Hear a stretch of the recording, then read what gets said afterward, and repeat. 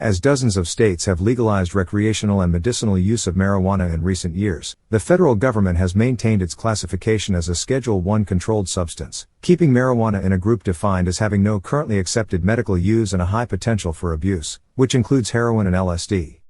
The incongruity has muddled marijuana regulation and enforcement, stifled cannabis businesses, and hampered medical research. But the situation could soon ease.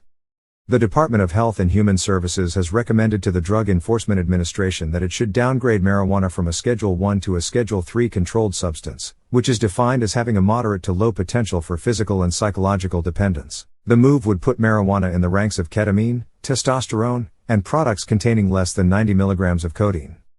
HHS's recommendation is based on an evaluation done by the Food and Drug Administration, which was part of an official review process. Whether the rescheduling will occur is ultimately up to the DEA, however.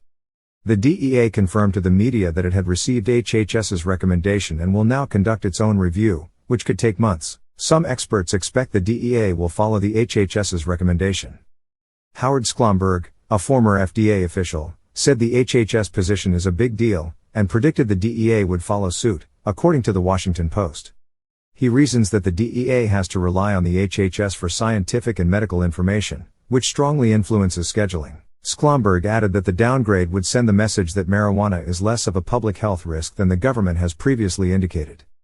That could make it easier in some states to legalize and decriminalize marijuana, he said. For states that have already legalized marijuana, some state administrators say the rescheduling would have limited impact.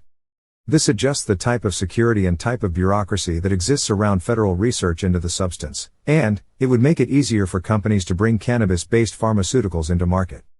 John Hudak, director of Maine's Office of Cannabis Policy, told Politico in an interview, but in terms of administration of a state program, it has very little impact. Currently, 23 states and Washington, D.C., have legalized recreational marijuana, and 38 states have legalized medicinal use. While groups that oppose marijuana legalization criticize the HHS's recommendation, some advocates say the rescheduling doesn't go far enough and that marijuana should be removed from the controlled substances list entirely.